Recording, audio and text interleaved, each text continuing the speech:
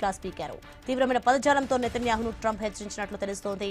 మరోవైపు న్యూయార్క్లో జరిగిన ఇజ్రాయెల్ డే పరేడ్కు మేయర్ గైర్హాజరైన నిరసన తెలిపారు. అసలు మిడిల్ ఈస్ట్లో ఏం జరుగుతోంది? ట్రంప్ అంతగా ఎందుకు రగిలిపోతున్నారు?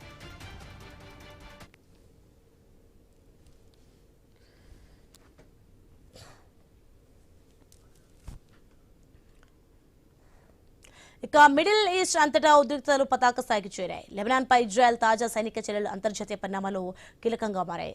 ఈ దాడులు అమెరికాకు తీవ్ర తలనొప్పిగా మారాయి. ఇరాన్తో చర్చలు ముగింపు దశకు వస్తున్న తరుణంలో ఇజ్రాయెల్ చేసిన దాడులు ట్రంప్కు తీవ్ర ఆగ్రహాన్ని తెప్పించాయి. ఇరాన్ యుద్ధాన్ని ఎలాగోలా ముగించాలని ట్రంప్ భావిస్తున్నారు. శాంతి చర్చలు వివిధ దశల్లో కొనసాగుతున్నాయి. ఏ క్షణమైన యుద్ధ విరమణకు సంబంధించి ఒప్పందాలు జరిగే అవకాశం ఉంది. ఈ పరిస్థితిలో లెబనాన్ పై ఇజ్రాయెల్ బాంబులతో విరుచుకుపడడంతో పరిస్థితి మళ్లీ మొదటికొచ్చే ప్రమాదం ఉంది. దీంతో ట్రంప్ అగ్గి మీద కుగ్గిలమవుతున్నారు. తాను మెల్లగా యుద్ధ విరమణ ప్రయత్నాలు చేస్తుంటే ఇజ్రాయెల్ మంచి వాతావరణాన్ని చెడగొడుతుందనే భావనలో ట్రంప్ ఉన్నారు.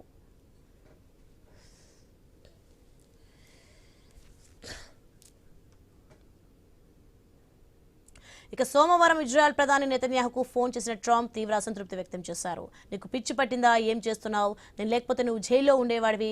నేను నిన్ను కాపాడుతున్నాను, కానీ ఇప్పుడు నీ మీద ఇజ్రాయెల్ మీద ప్రపంచమంతా కోపంగా ఉంది అంటూ ట్రంప్ ఫోన్లోనే గర్జించినట్లు యాక్సియోస్ నివేదికలు స్పష్టం చేస్తున్నాయి. మరి ముఖ్యంగా లెబనాన్లో హిజ్బుల్లా కమాండర్లను లక్ష్యంగా చేసుకుని ఇజ్రాయెల్ మొత్తం భవనాలను కూల్చేయడం, పెద్ద సంఖ్యలో సాధారణ పౌరులు ప్రాణాలు కోల్పోవడంపై ట్రంప్ తీవ్ర ఆందోళన వ్యక్తం చేశారు. లెబనాన్పై దాడులు కొనసాగితే అమెరికాతో జరుగుతున్న చర్చల నుంచి విరుచుకుపడతామని ఇరాన్ హెచ్చరించడమే ట్రంప్ ఆగ్రహానికి ప్రధాన కారణంగా కనిపిస్తోంది.